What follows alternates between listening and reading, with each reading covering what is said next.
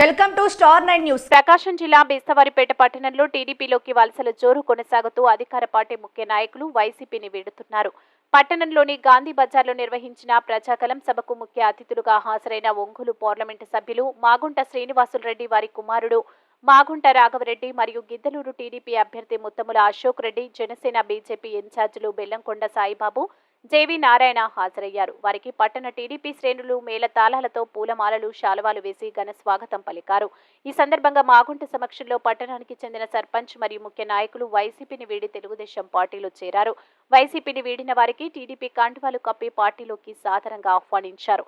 రాబోయే ఎన్నికల్లో రాష్ట్రంలో తెలుగుదేశం ప్రభంజనంలో వైసీపీకి పతనం తప్పదన్నారు.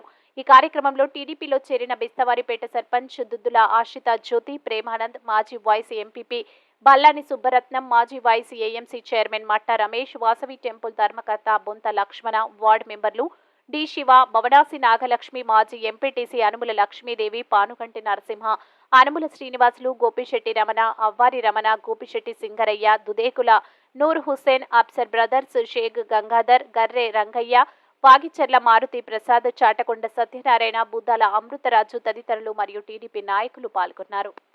ఇది చూసిన తరువాత ఎటువంటి డౌట్ లేదు. 24 మే 13